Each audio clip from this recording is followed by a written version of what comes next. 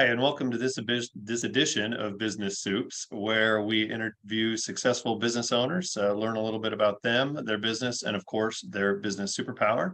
Today, I am joined by Rebecca Foret, and Rebecca, well, she actually owns several businesses, which we'll definitely get into here. So, Rebecca, thanks so much for being here today and sharing some time with us. Yes, absolutely. Thanks for having me. You're welcome. So I always like to start off and just ask our guests, tell us your origin story. I have an insurance agency that I've had for 10 years, and I have the most amazing staff in the world. That business is actually called Tulsa Insurance Guy. My son is the face of that business, and he's the cutest little insurance guy you've ever seen. And our business bounced around locations and offices for a while, and we were in a co-working space a few years ago, and my staff kept saying we could do this better, and they knew that I wanted to own our own commercial property, and so that was kind of on a 5-year goal. And then the co-working place we were in got broken into, and the owners could have cared less. It was like, we really could do this better. And then just one morning I was driving by this property about a mile from my house, and I saw the for sale sign, and I texted a friend of mine who's a realtor, and I said, I probably can't afford that, but just look into this. Let's look into it. And then proceeded. That was a month of negotiations, and we bought a 9,000 square foot building and started renovating it for our own co-working space. It is called the Office. I actually showed my staff the building before putting an offer in, before I showed my husband, because I was like, all right, girls, you'll be helping me with all the things. Are we all in? And they were. So here we are, about a year and a half later, and I'm sitting in the main room right now. So. Okay. Cool. So both businesses then are housed under the same roof. Absolutely. Yep. Okay, which certainly makes it easier, I would think, to manage both. So how do you find the bandwidth to manage an existing business and one that is still kind of in its infancy, a toddler, I guess? I mean, I definitely think the right employees in the right positions that feel valued and compensated appropriately for what they're doing is the key to all things.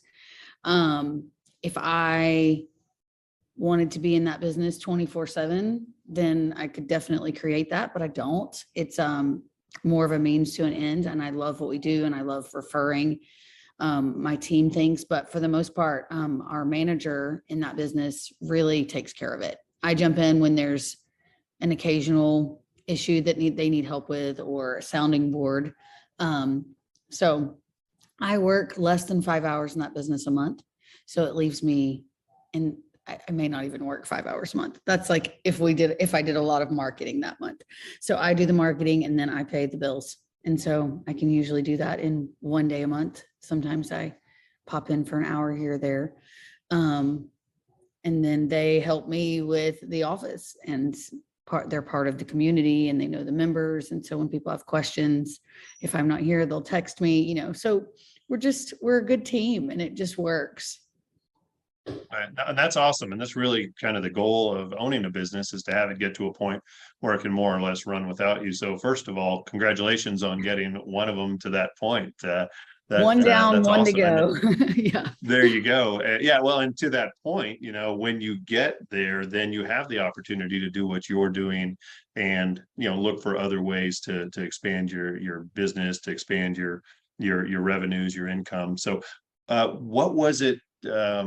What was it specifically? I know you said that you guys thought you could do better, but there are a lot of people out there that say, well, I could do this better, and they never actually take a step. So what made you decide to actually take that step and get this huge building?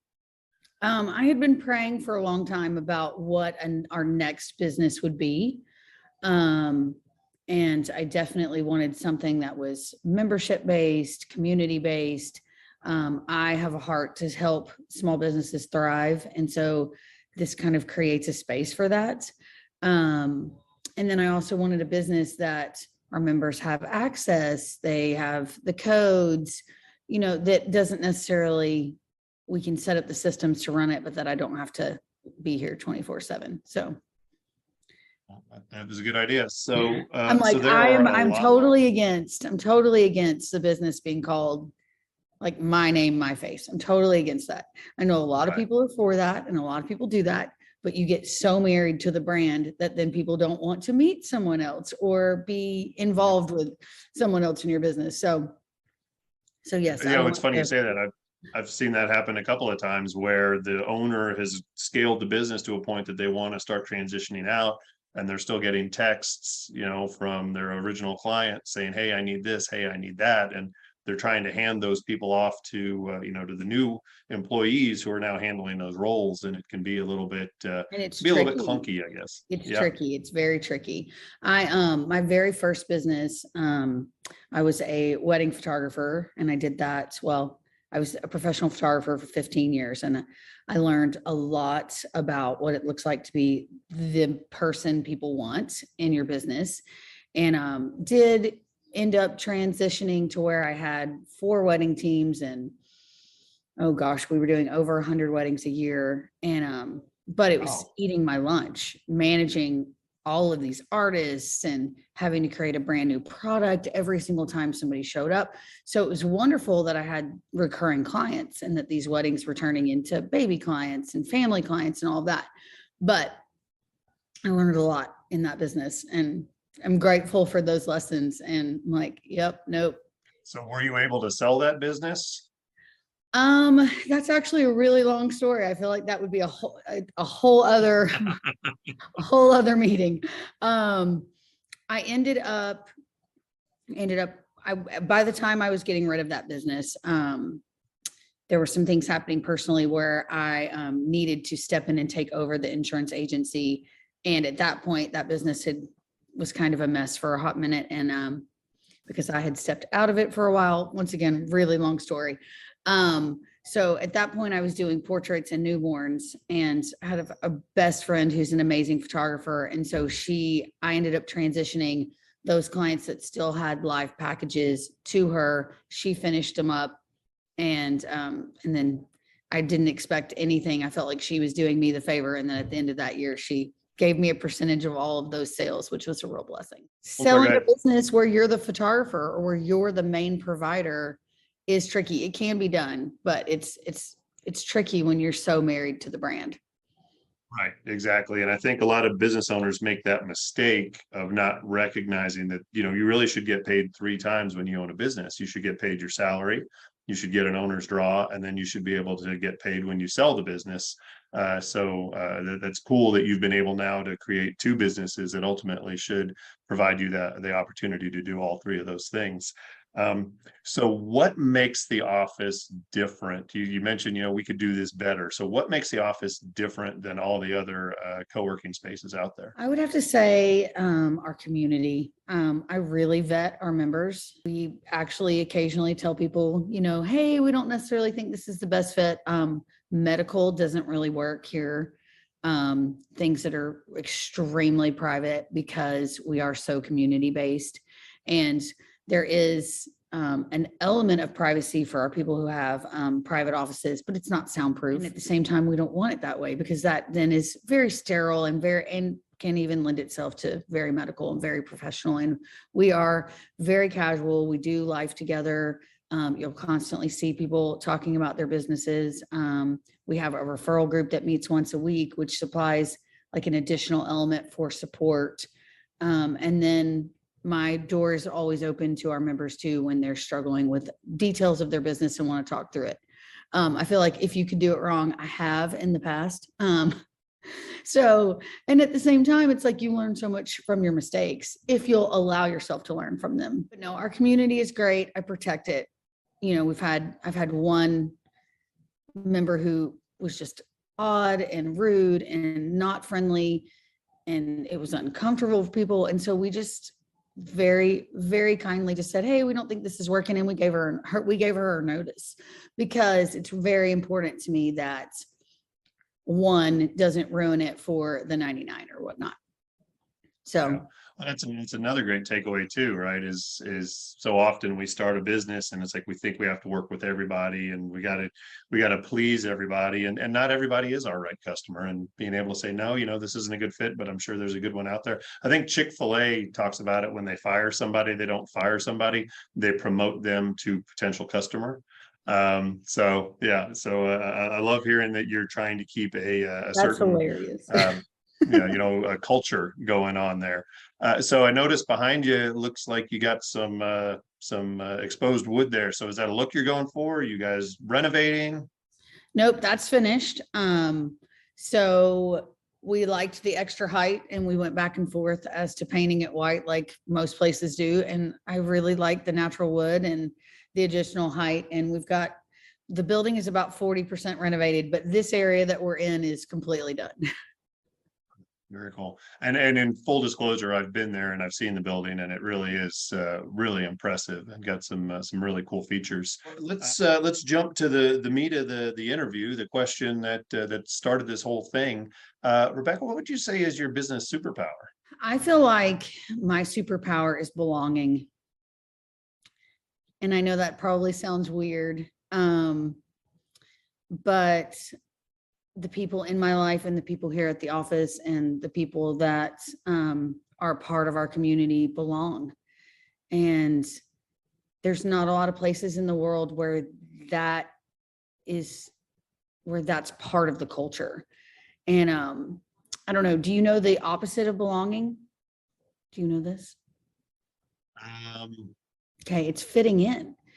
And so when you have to fit in, that means you're changing a piece of who you are and even sacrificing a piece of who you are to, and that awkward, versus this is where I'm at. This is where, 90% of our people are small business owners, a few are in sales for companies, but that's still like owning your own business. And so there's nothing more vulnerable in life than creating something, than having to go back to the drawing board when something's failing, to need someone to listen without judgment. And so yeah, I think it's belonging, which is a really, which is not the norm, I don't think. I'm like, I don't necessarily fit in everywhere because I'm bold and extremely honest, and a lot of people don't want honest feedback. And so, but here is a safe place to just be who you are, be where you're at, and we're all just going to figure it out. Awesome. And yes, my answer to that question would have been nowhere near as good as that. So thank you for saving me. And I think you bring up a good point too, especially as a business owner, and very often as a salesperson as well. You can find yourself out there on an island and you feel like, you're a failure. You feel like nobody's in it with you. You don't have anybody there to talk to on the good days. You don't have anybody there to talk to on the really lousy days. And, if you're married, eventually your spouse gets tired of hearing it, so having that community you can rely on is really important. So kudos to you guys. Absolutely. And most of us, we have great friends and family, but if they're not business owners, they don't get it. I mean, I remember in my first marriage, my husband worked for an insurance agency and he couldn't get along with anyone. So I was like, well, let's just start our own agency. And he would talk about it. At that point, I owned the photography studio, and I had a glimpse of wearing all of the hats and how it was definitely doable, but that it was harder than a sales guy, was envisioning. And I just kept being like, okay, but we're also going to need to do our own marketing. We're also going to need to be doing payroll and, and the taxes and the this and then that. Oh, no. He just wouldn't, I'm like, I'm not being negative. I'm really not.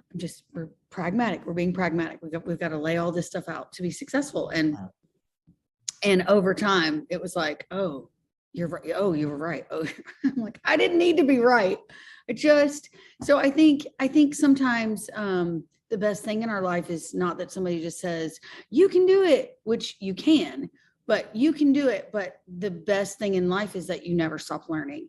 You can do it, but why don't you start with this book? Or this is a great resource. I feel like most small businesses fail because people get so stubborn and married to their idea. And then they're unwilling. They're so fixed that they drown out of being able to turn it around. And so I'm just a firm believer that the resources are there. We can figure it out. We will figure it out. Let us help you. There's a saying, I don't know who said it, but it's, you're either green and growing or you're red and rotting. And I love you talking about, sharpening that saw. So are there any particular books or podcasts or anything like that that you absolutely love and you use to help sharpen the saw? I'm a huge fan of Brene Brown. And that's, the mental health side of things and and really the belonging side of things. She talks a lot about that. And so that is 100% from her material. But yet when something penetrates your soul, it becomes yours. I am currently reading Profit First, which is just a great book, and everyone wants to say families first, and then yet we pay ourselves last. And so I'm really, really enjoying that book. And that book has actually been a little vindicating from conversations I've had with my accountant, who sees things very differently than that book's model. And so I'm like, I've been saying that, so that's been fun. I just read Rich Dad Poor Dad again. Great. And I've so much of running a business is your mentality on things. Mm-hmm. And, are you in scarcity or are you thriving, and how are you thinking about that? And, no one wants to hire somebody who's desperate and failing. Everyone wants to be a part of the things in life that are thriving, and so, it's not the fake it till you make it, but it's how do you get your mind, body, and soul and your spirit aligned with what it is that the Lord wants for you and your family, and in order to thrive and be in that and bring other people in. I think that's perfect time to ask my last question, which is, based on all that, or maybe not based on all that, what one piece of advice would you give to other business owners? Keep learning. Don't be stubborn. There's nothing new under the sun, that is in the Bible, and it's true. It's just, I feel like the enemy of this world wants us to feel alone, wants us to feel isolated.